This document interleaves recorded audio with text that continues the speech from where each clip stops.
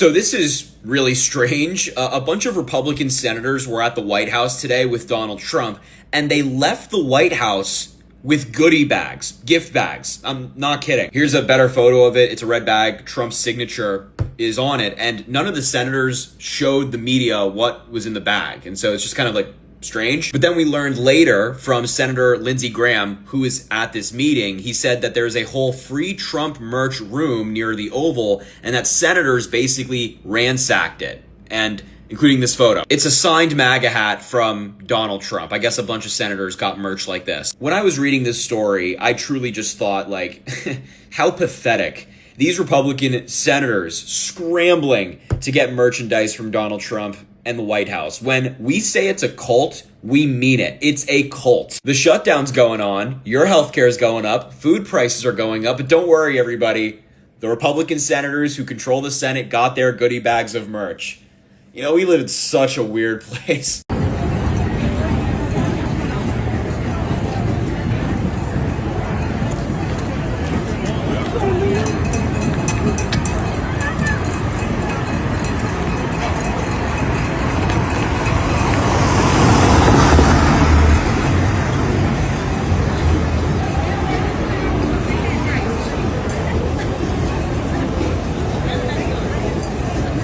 This is what the White House East Wing looks like today.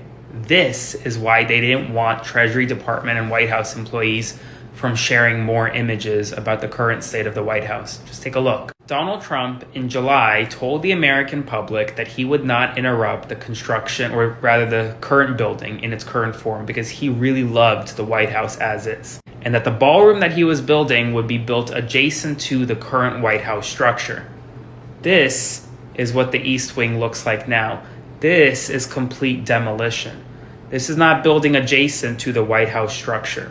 Now, if anyone has ever visited the White House before this demolition, you would remember when you walk in for a tour or for an event, you walk through the doors of the East Wing. The doors used to be here. Now, it's all rubble. And the White House does not want anyone to see this. So please do me a favor and spread this everywhere, because these are the pictures taken by the Washington Post that this White House wants to keep private. Follow along for more. After all the years of criticism of cancel culture, you seem to want to cancel any institution that has views that you disagree with. In answer to the questions about law firms, you want to cancel law firms because they take on unpopular clients to you, to the administration. That is, if a firm represents someone with an adverse interest to the administration, which is their First Amendment right to do, and I would also say their duty to do, you would cancel them. You would cancel universities like Harvard or the University of Virginia that take positions and exercise their First Amendment rights contrary to what you think the administration wants to see. You would cancel the Associated Press for not using the ridiculous nomenclature of the Gulf of America. You're canceling now the Wall Street Journal because the Wall Street Journal had the audacity to publish an article about Trump's connections to Jeffrey Epstein. So this is what's going on in this administration. You've devastated the Civil Rights Division. Hundreds of attorneys, 368, have departed since January of this year. There's been a mass exodus from the Civil Rights Department. It is just a shell of what it used to be. They're being canceled. They're being canceled by you, by the department. Anyone that stands up to this president is at risk of being canceled. And I think what you're doing to use the sledgehammer of federal funding with universities to try to coerce them to accepting your right-wing agenda is disgraceful. You probably remember when Donald Trump had this to say. Where I could stand in the middle of Fifth Avenue and shoot somebody and I wouldn't lose any voters, okay? It's like incredible. Well, today in the Judiciary Committee, we had a nominee for the Court of Appeals, and I had a chance to ask her whether, as a judge, if she were confirmed, she would accept the idea that the president could murder someone and be immune from liability under the Supreme Court's decision. I asked her that. I also asked her whether the president, having made billions through his cryptocurrency schemes, could essentially sell U.S. foreign policy in the Persian Gulf and be held immune for charging billions to Gulf nations for U.S. policy. And finally, I asked her about whether the president could deliberately violate court orders by using the military in lawless ways. And her answers will not assure you at all. Here they were. I asked you a specific question. Would the president be immune from prosecution if he ordered SEAL Team 6 to assassinate a political opponent? No. Senator, under the Supreme Court precedent on that question, the Supreme Court has specifically not answered it. Is that a difficult question? Is that an open question in your view? Well, Senator, under the contours of Trump versus United States, which deals with criminal immunity, I'm not sure that it fully answers all of the political mechanisms that would be in place to address and keep such a horrific situation from ever occurring. So you're unclear as to whether a president could be prosecuted for that. Is that what you're saying? You don't know the answer? Well, I think what I'm saying is that within the particular contours of criminal immunity discussed in that opinion, it addresses actually what is an official act. And so I think the first threshold question would be whether one could ever conceive of such a thing as an official act. I don't want to filibuster my question. It's very simple. If the president tomorrow to order SEAL Team 6 to assassinate a political opponent, in your view, is he immune from criminal prosecution absent an impeachment first? If it's not an official act, a phrase that has not yet been fully defined. So here's the danger with all of this. It's not just that someone may be confirmed for a lifetime appointment to the Court of Appeals who holds such extreme views, but by her refusal to answer a very simple question, which should be, yes, he would be liable for murder. Yes, he would be liable for selling out the country. Yes, he would be liable for the deliberate misuse, lawless use of the military. By her refusal to answer those questions simply and straightforwardly, she is once again affirming the view of the Republican Party that this president can get away with murder. This is a district that does have Republicans, Independents, and Democrats in it. And so we have people of all political parties who are unrepresented right now in Congress. Again, taxation without representation. We wouldn't be doing this. I wouldn't be filing this lawsuit if A, I wasn't serious about it, and B, we didn't have people in Arizona who are being actively harmed. We do have people in Arizona who are being actively harmed by Mike Johnson playing politics and trying to, apparently protect the Epstein files. That's not okay. And we're going to fight as hard as we can to put an end to it and to get Adelita Grijalva sworn in.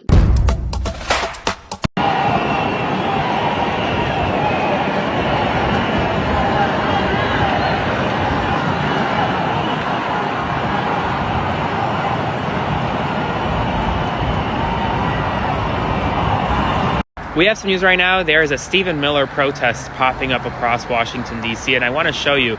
There are these posters of Stephen Miller. Kind of looks like him in a mugshot. One says creep, one says fascism ain't pretty.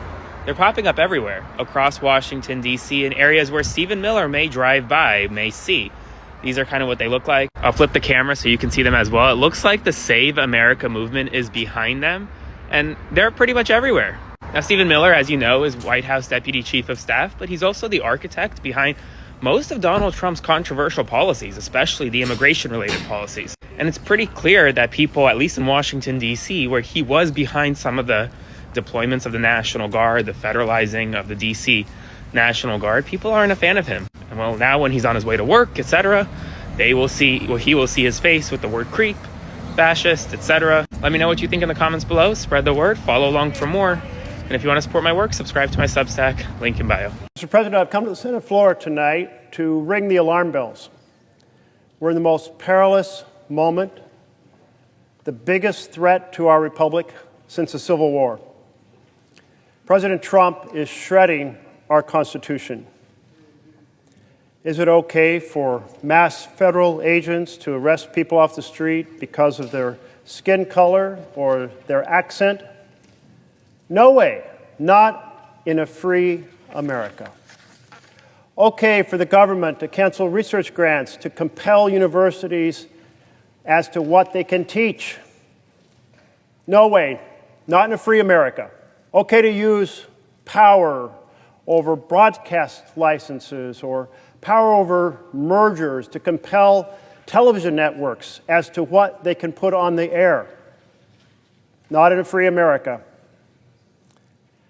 Okay to weaponize the Department of Justice to go after perceived political opponents. James Comey, Letitia James, Adam Schiff, a member of the Senate. Hell no. Absolutely not. You know, we have a theory of justice here in our nation that is symbolized by those words above the pillars of the Supreme Court. It's carved into the facade. You walk out these doors to the right, you keep going, you're standing on the steps that lead up to the Senate, you're staring straight out at the front of the Supreme Court. And there, carved above those pillars, it says, equal justice under law. Equal justice under law. That's the vision here in America. Not unequal injustice, which is what the president is pursuing by taking the power of the government and going after individuals that he does not like or perceives to be political opponents.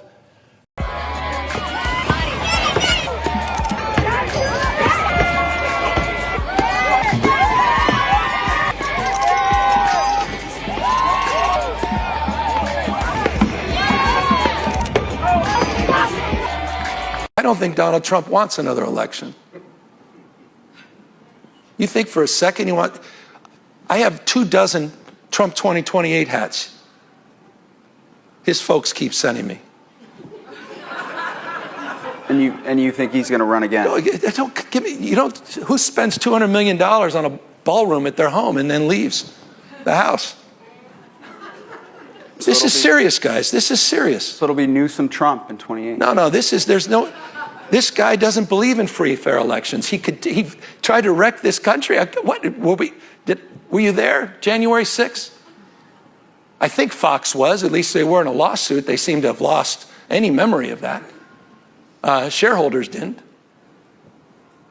I mean, he tried to light democracy on fire. He dialed for 11, almost 12,000 votes. Now he's doing it in plain sight. And people said, oh, just Trump being Trump. People actually think this guy's serious about having another election? You think he's joking about 2028? You think when he brings foreign leaders to the Oval Office and he goes to the White House store, have you seen this? Anyone? Is it just me? And he shows them the 2028 hats? He's not being serious? Wake up. You will lose your country. Again, it's not about Democrats. It's about all of us. So you're absolutely convinced he's... I'm absolutely convinced. 2028. You've seen it. He tried to steal the last election. He's trying to rig it in plain sight this time. He wants to get rid of vote by mail. He's talking about eliminating voting machines he doesn't like. He's setting up the contours where he can declare a declaration of emergency for anything. Just cause means whatever he just said on Truth Social. He's running the greatest grift operation in world history.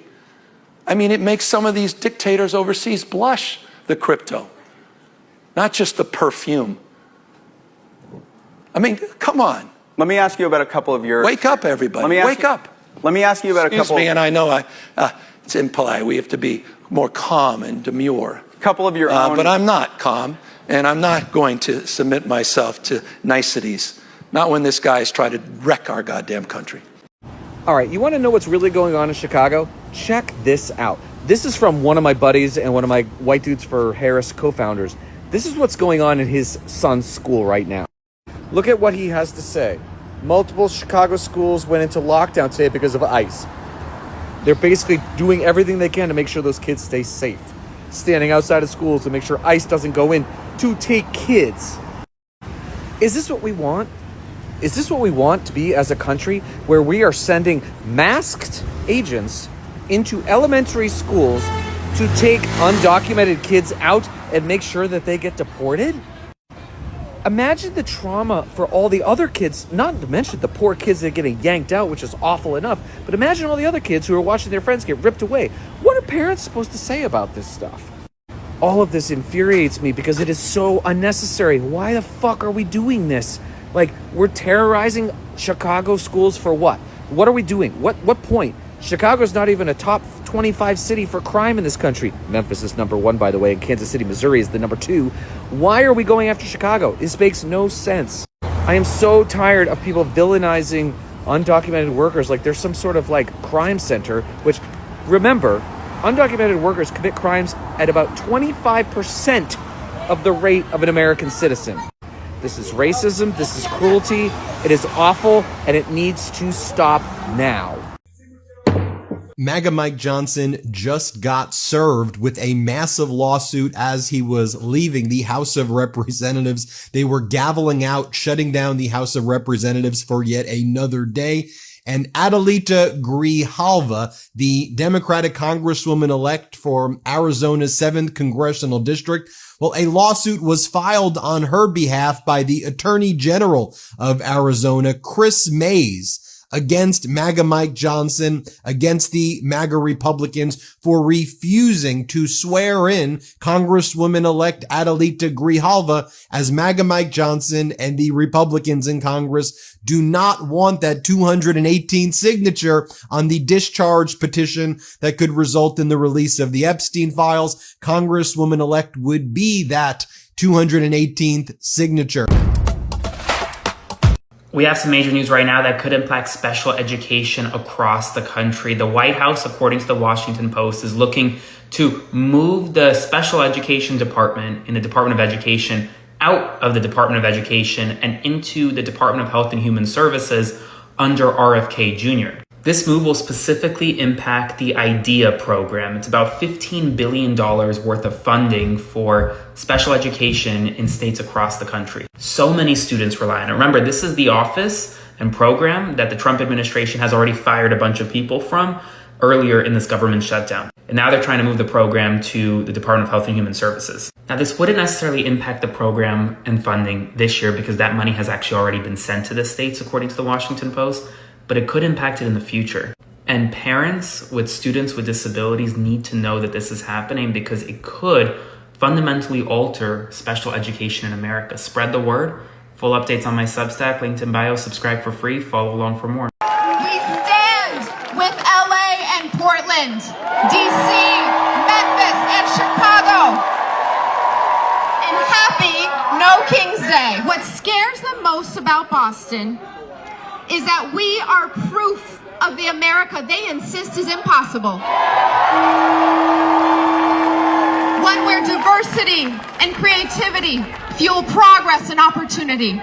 There's been young, there's been old, there's men, there's women, there's every demographic. It's been a good protest, and it's been a good time. This man is uniquely unfit to be president of the United States. Bostonians feel the way I feel, basically, by and large. The callousness and cluelessness that Marie Antoinette has demonstrated with her, implying that the little people should just go eat cake is pretty emblematic of the way our federal government at the moment feels that, federal workers can be put out of work and not receive pay. I was really nervous. It's my first protest, actually, as a child of immigrants, It really affects me a lot. So just seeing everybody come out here to support this cause, it's just really meaningful to me. America stood for letting immigrants in. My grandparents immigrated from Germany, and they came in through Ellis Island, and I want that America back. As someone from Gen Z, this Trump administration is affecting my future. It's affecting everybody else's future too. So I think it's extremely important to stand up and fight back now and set an example for all the future generations too.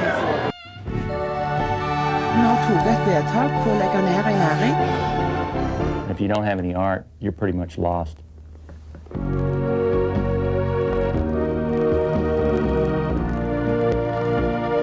Kan noen være så snill å slå av internett?